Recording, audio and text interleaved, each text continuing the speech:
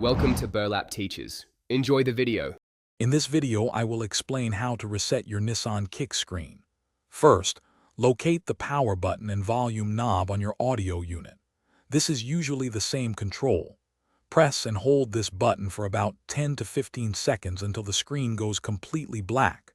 This initial step is crucial for a soft reset, addressing minor glitches or unresponsiveness.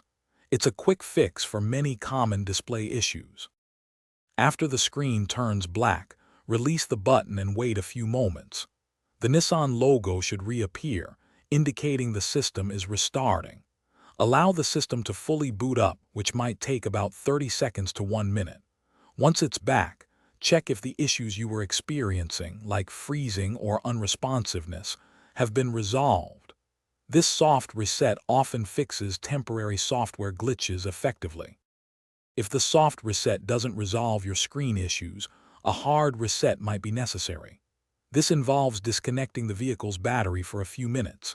Ensure your car is off and parked safely before attempting this. Disconnect the negative terminal first, wait about 5 minutes, then reconnect it. This completely cycles power to the system, often clearing more persistent software problems. Always consult your owner's manual for specific battery instructions. After performing any reset, thoroughly test all screen functions, including navigation, audio, and connectivity, to ensure everything is working correctly. If problems persist, consider checking for available software updates for your Nissan Kicks infotainment system, as these often include bug fixes and performance improvements.